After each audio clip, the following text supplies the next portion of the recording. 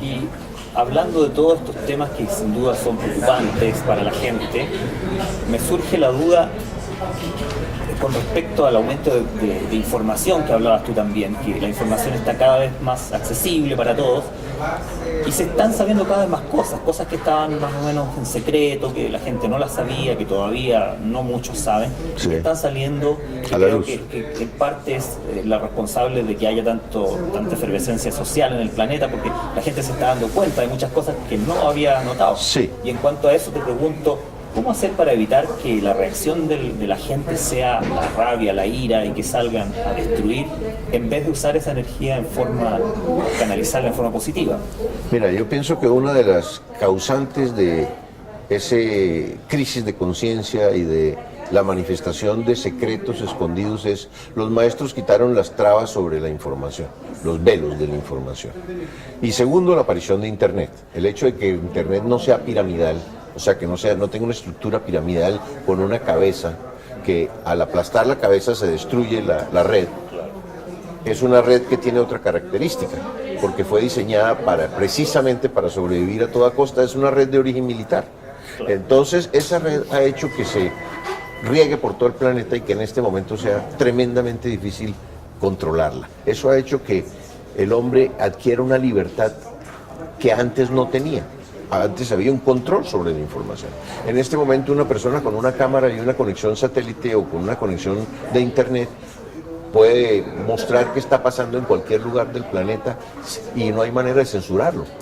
Entonces eso está generando una transparencia, ¿sí? Por eso digo yo también que ese es otro de los motivos de ese cambio de conciencia, es la transparencia y la aparición de las manos grises detrás de los eventos y de los intereses de algunas multinacionales y de algunas familias muy poderosas del planeta para controlar y mantener un status quo, que de alguna manera estamos viendo que se está tratando de mantener de todas las maneras. Ese es el enfrentamiento más complicado que hay en este momento, que es el enfrentamiento entre lo que se está deshaciendo y lo que está apareciendo. Entonces en ese momento se crea un caos, porque no se sabe muy bien qué es lo que va a mantener el orden. Lo pasado está desapareciendo y lo nuevo todavía no ha surgido. Entonces lo que hay es un caos que puede dar motivo a rabia, a enfrentamiento, a conflictos, a esos elementos que tú estabas diciendo, que en el fondo forman parte de ese caos. Para poder que se genere un nuevo orden tiene que aparecer primero un caos. O sea que yo pienso que de alguna manera todos estamos sujetos a la aparición de un caos en nuestra realidad, en nuestras vidas, a nivel del planeta entero. La manera de verlo es entender como que eso también es perfecto. Eso va a conducirla a un nuevo orden. Y ese nuevo orden, si el ser humano está cambiando interiormente y está decidiendo integrarse mejor a los otros seres humanos, pues va a ser un orden más armónico, más equilibrado, más justo, ¿sí? Va a permitir más oportunidades a todos los seres humanos. Pero tú hablas de un nuevo orden y tú sabes que el término nuevo orden mundial tiene dos caras, ¿no? Una, la que estás planteando tú, una nueva humanidad mejorada, digamos, Sí. y también está el concepto de nuevo orden mundial como una dictadura feroz, Sí. ¿no? ¿Y qué piensas tú de esos? ¿Son dos nuevos órdenes mundiales que dependen de qué? Mira, yo pienso que de todas maneras, así el nuevo orden de estas sociedades secretas, etcétera, que es lo que me estás hablando, proponga la creación de un gobierno mundial con el propósito de tomar control y una estructura piramidal con el propósito de tomar control de toda la humanidad. Es posible que eso llegue a manifestarse inicialmente. De eso tienen que ver con las profecías del anticristo y todo este tipo de cosas, ¿verdad? Pero creo que las sociedades de cuarto nivel de conciencia, que se basan no en las leyes, ni en la policía, ni en el ejército, sino en las comprensiones y el equilibrio y la neutralidad que mantiene el ser humano en su interior por comprensión y sabiduría. O sea, no se necesitan policías cuando yo me comporto bien porque sale de mi interior. Claro. Esas sociedades de cuarto nivel están basadas en un orden en el cual hay un gobierno mundial unificado. Entonces yo no descarto la posibilidad de que esa sea una primera etapa en que eso pueda llegar a suceder, pero desafortunadamente para esas entidades en este momento hay otras fuerzas interviniendo simultáneamente en el asunto. O sea, estamos hablando de las fuerzas del universo entero y las fuerzas que hay en el interior de millones de seres humanos que están buscando la libertad, que están buscando manifestar su propia esencia libremente, que ya no aceptan ese estado policíaco autoritario y que se está manifestando en lo que hablábamos hace un minuto de la aparición en internet y información por todos los lados del hombre tratando de encontrar lo que es equilibrio y lo que es justo para todos. Entonces yo no creo que en este momento sea posible el nivel de manipulación que teníamos en el siglo pasado. O sea, es posible que intenten crear este nuevo orden mundial como una gran dictadura, pero se le va a escapar de las manos. Eso es lo que creo. Y la gente, digamos, que quiere un cambio hacia la luz, va a poder tomar esta estructura y modificarla. Exacto. Yo lo que pienso es que el futuro con relación al gobierno y con relación, porque se necesita alguien que se preocupe de las cosas colectivas y que ordene, etcétera, tiene que partir de una representación física. O sea, 20 barrios se unen y proponen un anciano que sea el de sabiduría de esa zona que lo represente. Y así en todo el planeta. Y eso va a generar no políticos, no personas que están buscando dedicar su vida a gobernar a los demás y a usufructuar el dinero de todos en su beneficio particular. No. Sabios, personas muy viejas, ancianos, un consejo de ancianos, sin ambiciones, que se encuentren muy cerca a su muerte, que lo que les interesa es dejarle una herencia adecuada a sus nietos, a sus hijos, a sus descendencias. Ese es otro tipo de mentalidad. Entonces necesitamos la creación de ese gran consejo de ancianos mundial. Ese gran consejo de ancianos mundial, que es lo que yo creo que hacia donde debemos tender si tenemos una mentalidad clara y lógica, debe tener una representación local, clara y lógica, donde una persona, yo puedo ir a hablar con esa persona, todo el mundo la conoce, es el gurú de la sociedad, es el hombre sabio que es la luz de una comunidad. Esos son los que necesitamos ahora. Pero al alcance de la gente. Pero al alcance de la gente, no figuras que se interesan por los problemas de las personas en el momento de las elecciones y después desaparecen a buscar sus intereses privados en los ámbitos de los dineros comunes de toda la población. Claro. ¿Y tú crees, por ejemplo, en las aldeas autosustentables, ese tipo de comunidades? Por supuesto. Creo también que, hablando de eso que dices de aldeas sustentables, nos vamos acercando a un momento en el que una serie de inventos que tienen que ver con el manejo de energía y de las comunicaciones se van a regar por todo el planeta. Nikola Tesla, el día que inauguró la primera hidroeléctrica en Buffalo, en Nueva York, ese día él en el discurso de esa inauguración dijo: yo vengo a inaugurar esta hidroeléctrica, pero esto ya no va a servir para nada porque yo inventé un sistema para transmitir la energía libre para todos los seres humanos a través del aire. Y simplemente con que entierres una barra de cobre y tengas un captador de esa energía, vas a poder utilizarlo en todo lo que tú quieras, en motores, en lo que tú necesites. Sin embargo, no lo dejaron. ¿Y qué pasó con eso? Pues que había intereses privados. O sea, JP Morgan había comprado todos los bosques para poner los postes de las esquinas, había comprado todas las minas de cobre de todo el planeta para llevar la corriente por cable y para poder cobrarla. Es que cuando la corriente, la energía está por el aire y cualquiera la puede sintonizar, ¿cómo se la cobras? Tú necesitas, el sueño de Tesla, uno de los 5 sueños de Nikola Tesla, era la energía libre para todo el mundo, porque él creía que uno de los factores esenciales del libre albedrío del ser humano consiste en la disposición de todo el mundo de energía libre. Imagínate lo que significaría, por ejemplo, para la gente en África, contar con una manera de producir energía en su casa y que no estén esclavos de un pago alrededor del planeta para todo el mundo.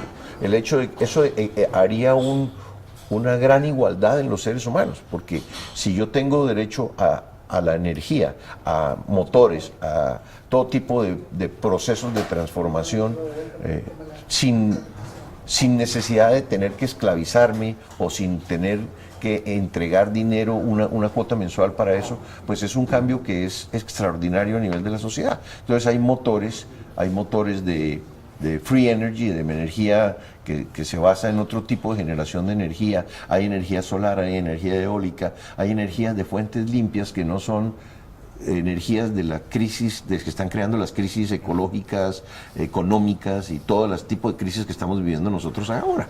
Entonces ya estamos en el momento de independizarnos de esas fuentes de energía que además son las que le dan el poder a estas personas de esos gobiernos secretos y de esas sociedades oscuras que buscan intereses particulares alrededor del planeta. Ahora, tengo que preguntarte, Fernando, yo sé que tú no hablas mucho del tema extraterrestre, pero tengo que preguntarte esto porque hay mucha gente que piensa que en este despertar o en esta especie de entender todas estas cosas que estás diciendo tú, de las energías libres, de todo lo que se podría tener ya y que no lo hemos tenido porque ciertos conspiradores o ciertos personajes, digamos, ciertos intereses han evitado que esas tecnologías se desarrollen, siempre las han eliminado o las han guardado en secreto, en fin.